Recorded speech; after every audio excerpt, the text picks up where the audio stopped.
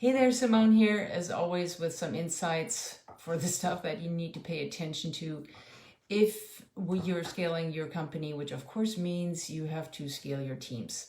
So people ask me all the time, if being the CEO means not being involved in the daily business operations anymore, so you're not doing stuff, you're not the operator, what should I be doing? Which is a really good question, and here's it. First of all, the most important job you have is define and expand the vision. The second one is build the important relationships and keep the money rolling, of course. And then the third one is hire and grow and lead your leaders. So I said this is simple, but this is definitely not easy. So yesterday we had a really good discussion in our graduate group about how to increase your bandwidth as a leader and really get to focus on number one and number two that I just mentioned through prioritizing that last thing. So, first when you get into business, when you first start your company, you hope you can hire a team that's good enough to help you get stuff done. So that's your startup phase, and you are looking to do as many things as fast as possible in that phase. Everybody does everything, and that's great at that time. So having generalists works well for a little while, but when it's time to grow up, your leverage really lies in replacing your generalists with specialists. That means people who are really good at exactly what they do. They can hit the ground running, they know their job way better than you would, and they can help you up-level their specific area of expertise. So that means they also bring in organization and documentation, which makes your operations and your results much more predictable and scalable. That step alone makes a world of difference because now it's not just all up to you anymore.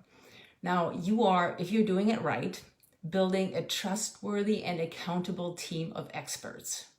This means your attention now can be a whole lot more on that number one and that number two that we talked about, defining and expanding your vision and keeping the money rolling, of course, and the connections. And then you hit that next snag, which is a big one, which is hiring, growing, and leading your leaders. That's really when the pedal hits the metal. So let's start with number one and number three, hiring and leading your leaders. You may think this is a shortcut because if they're already leaders, if they're already experts, they would be able to come in and hit the ground running and are able to start producing valuable results fast, right? That's what you'd think.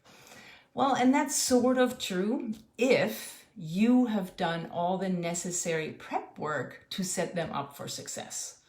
And you might wonder, what does that mean?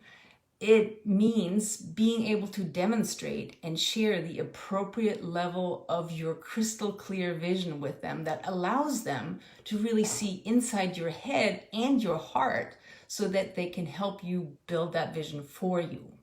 And then you, of course, have to get out of their way, and that is much easier said than done.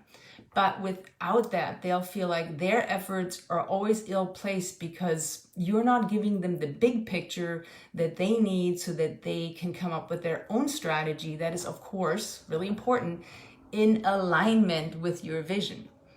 If you don't set the stage for them, they can't dance and they'll leave and find a place where they can get what they need so that they can shine, because experts, that's what they want to do. Hiring and leading your leaders is definitely not for the faint of heart, and it's certainly not easy. Now you might wonder, what about number three? And this is really where our discussion yesterday in our graduate group really hit home, which is growing your leaders. Of course, here's the bad news, that always starts with you. First, you have to know that you chose right. This is the right person in the right seat, and you trust them to drive the outcome that you're looking for. So having that trust element is huge. Otherwise, you won't let go. It also means you have to be willing to let go, that's that part, and take your hands off the wheel and let them drive, even if they're going to make mistakes, and trust me, they will. And then third, you have to be there for them, to support them and coach them, give them feedback so that they can become those leaders, which means you have to ask them to do the exact same thing that you just did. Grow their team, grow their leaders below them, so they can let go, take their hands off the wheel, and let their teams drive, and make mistakes, of course, which they will, is what we just discussed. So what that really means is to be a true executive, and that part is having great strategy and achieving results through your team. So you're achieving results not through your doing, but through your impact and your influence. It also means leaving your ego at the door and getting things done that are only in your control through the what and the why that you communicate, and the support and the coaching that you give to the ones who drive the how. So you're the what and the why, and they're the how. And so that means you have to let them. But if freedom is what you're after, and most of our clients are entrepreneurs, and freedom is a big piece of what they're doing. So if freedom is what you're after, you can't really have that without having at least 3 levels of organization: you, your leaders, and their direct reports. So if this is a place where you get stuck, or you keep getting stuck, it may be time to add some mad skills to your skill set.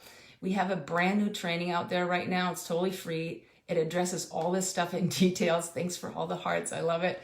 So grab your favorite beverage and some popcorn and head over to bulletproofstartups.com and prepare to figure out how you can really grow your leaders so that your company can get to the next level fast.